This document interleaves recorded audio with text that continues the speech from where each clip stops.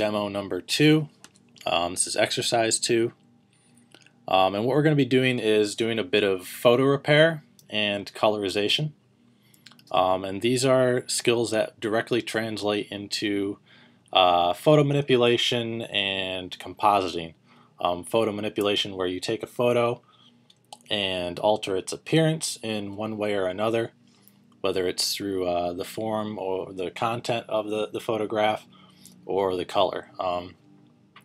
And compositing is where you take two different photographs and take elements from each photograph or multiple photographs, combine them together to make something completely new. So what we're going to be taking a look at is this is going to be a basic photo repair and colorization. And these skills lead directly into things like photo manipulation and compositing. So what we've got here is a photograph which has been folded. So it's got these fold lines in it. It does have some smudging here and a few marks in places. And what we're going to do is we're going to fix that. We're going to get rid of those. This photo is up in the folder for exercise 2. You click on it, it should open it in a new window in your browser. You just right click and do save image as, save it to your 101 folder or wherever you're keeping your content for this class. And then launch Photoshop, go to File, Open, navigate to it, and it'll pop it right open here in Photoshop for you. Okay, so basic tools for this project. My go-to tool for repairing photos is the clone stamp tool, which is located right here, just below the paintbrush. And what this tool allows you to do is choose a sample source and then paint over top of the damage to draw from that sample source and hide any sort of marks underneath. Couple things you need to do to get this set up. These are my preferences for this. You guys will find your own as you play around with it and work with it.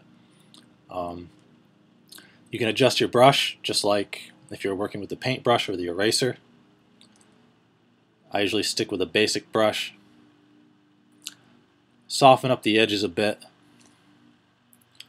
I like to lower the opacity down as well. And something that I do is I don't do my repairs directly on the scanned photograph. You can see here in my layers palette, I've got just my background photograph, background layer. I like to do my repairs on a completely different layer. So that way if it's not turning out right and I need to erase a bit of it away, I have the option of doing that. So what I usually do is make a new layer above my photo. And you'll see here, I'm on my clone stamp tool. We have an option called sample. And what this allows you to do is tell Photoshop where you want to pull those pixels from for the repair work. Usually this is set to current layer. I like to set it to all layers, so that way it doesn't matter which layer I'm working on. I can basically, if I can see the pixels, I can draw from there. So let me actually just show you this in practice. So I'm going to set this to all layers. And be aware of that too, like if you're working with the clone stamp tool and you're setting a sample source and you're painting away and nothing's happening, be sure to check that. Okay, so what I'm going to do is zoom in on this a bit so I can see what I'm doing. And to do that, I'm going to use a keyboard shortcut. On a Mac, it's Command plus and minus to zoom in and out. On a PC, it'd be Control plus and minus.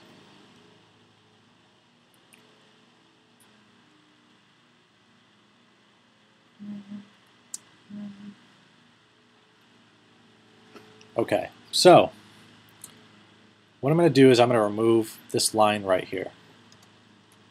So I'm going to adjust my brush size. And now I just need to set a sample source. So I'm going to hold down Option or Alt, and you're going to see that this cursor is going to change. I've now got a target reticle. This is going to set my clone stamp source.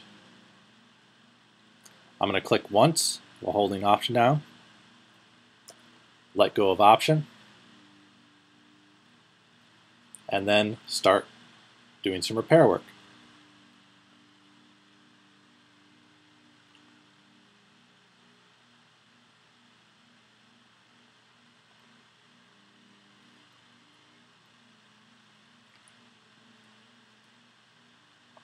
And what you're going to see is, as I'm painting this, there's a little crosshair that's showing up top where I took that sample from. And it's going to move along the same distance as I'm moving my actual brush cursor. And what that's doing is that's moving the sample location along with my brush. So something you have to be aware of is if I were to, start painting and then continue over, it's going to draw that sample source from wherever that crosshair is located. So you can see here, it will start to do some weird stuff if you don't pay attention. So what you have to do is sample a location, paint a little bit, sample a new location, and then continue on painting. So what you'll see when you do quite a bit with this is choose a sample source,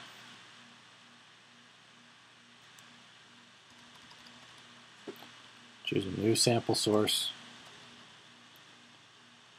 paint a little more, and just sort of go back and forth.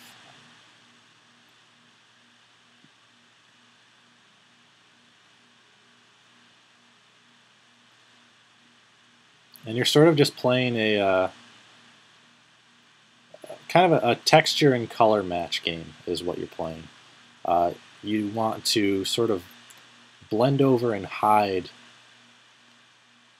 that crease as much as you can. And believe it or not, 100% of coverage, like removing it entirely,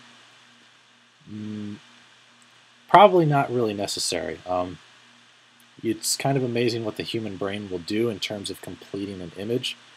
If you can get it to the point where, excuse me, where these creases are kind of hidden and tucked away, not very noticeable, you're going to be pretty good off. Most of the time people aren't going to notice like subtle things like some of this crease in the hair here. I can get away with sort of just hiding some of the more obvious points of it.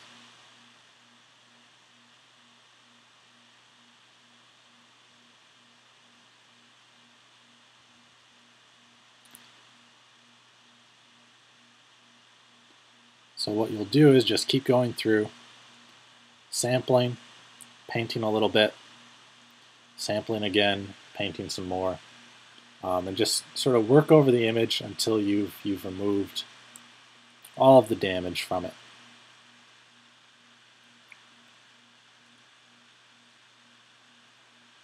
Okay, so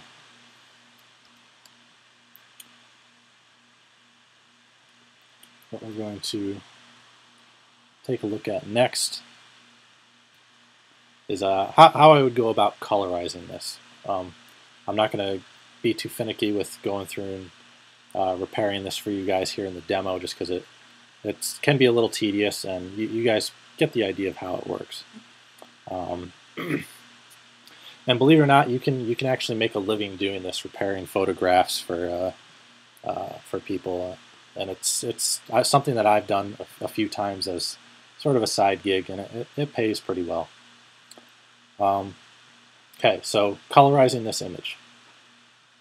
If I wanted to go through and add color to this, I would just use layers, and blending modes, just like we did previously. Some of you guys may have played with that a little bit in your abstract. So what I'm going to do is make a new layer, and I'm actually going to rename this one so that way I stay organized. Call this one color 1. And this is a good habit to get into, keeping things organized so you know where things are located, and also in the eventuality you end up in a studio environment where you may have to hand these files off to someone else. You want them to be able to quickly locate anything they need to make changes or alterations. Okay, so to color this photo, you basically approach it like you would a coloring book. I'm going to choose my paintbrush. I'm just going to grab a swatch color here.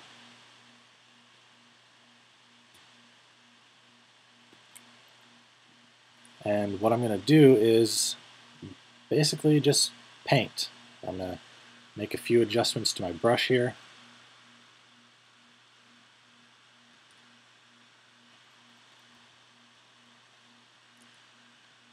And I'm just going to start painting in.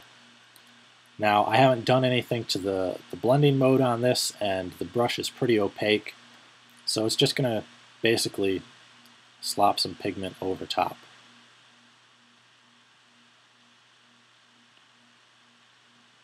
Which is okay for now. Let me just grab another color here.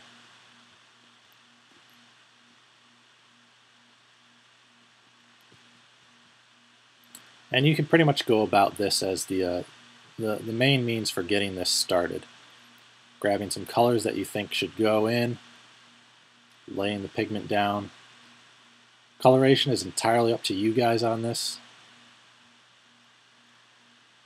If you want her to have purple hair, go ahead and do that. Okay. So I've got some color dropped in. I'm going to change my blending mode.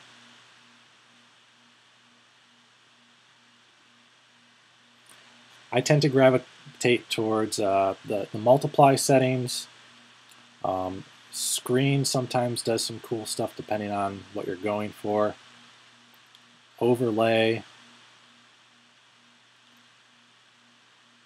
Color. Which, taking a look at what this is doing, what I might do is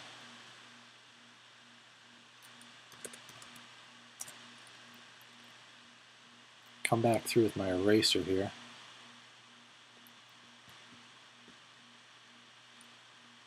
And put her hair on its own layer, because it seems to me that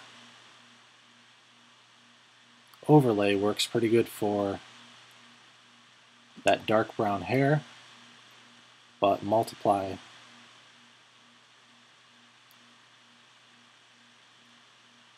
with a lower opacity might be what I'm looking for the skin. So what I'm going to just do is separate those out.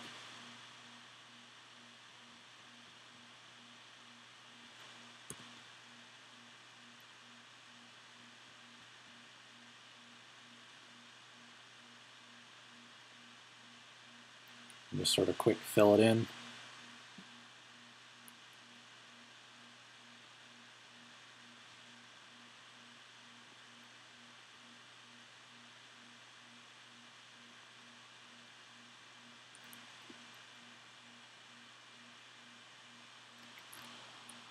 And this is the basic premise of this, the basic techniques for this as well. So you choose your colors, you come in, paint things in, erase away where you kind of go out of the lines, quote unquote.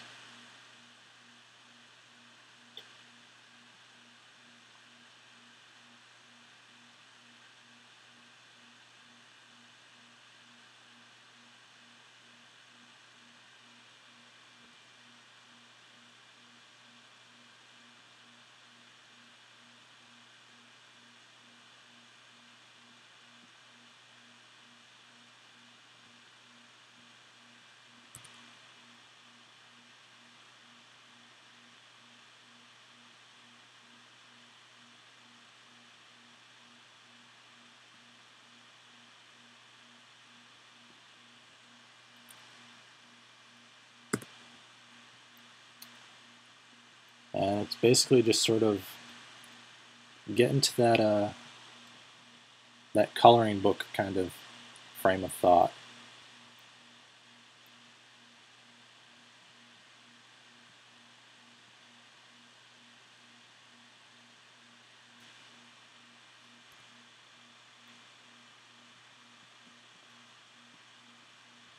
And at this point, all I'm doing is I'm pretty much just switching back and forth on my layers. I'm switching on the fly from my brush tool and my eraser tool just by using B for brush on the keyboard and E for eraser on the keyboard. So that allows me to go in and paint pretty quickly and then go back in and erase away. Again, you can change brush size with the bracket keys right next across from the P key.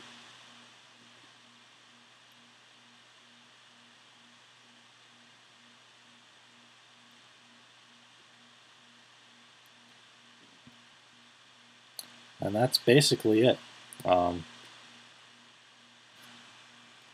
Like I said, you guys are in full control of the color on this. It's entirely up to you what you want to do with it, how saturated you want it to be. You may go through, make an initial pass, and then sort of lower the saturation through, dropping the opacity on this a little bit, just playing around with it and see what goes on. You can even do some stuff like, let's see here.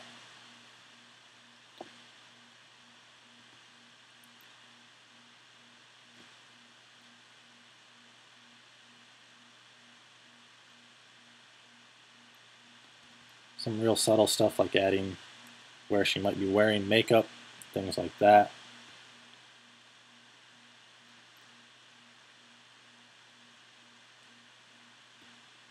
So it's entirely up to you guys how you kind of want to, once you get the repair work out of the way, how you want to refine and finish this painting.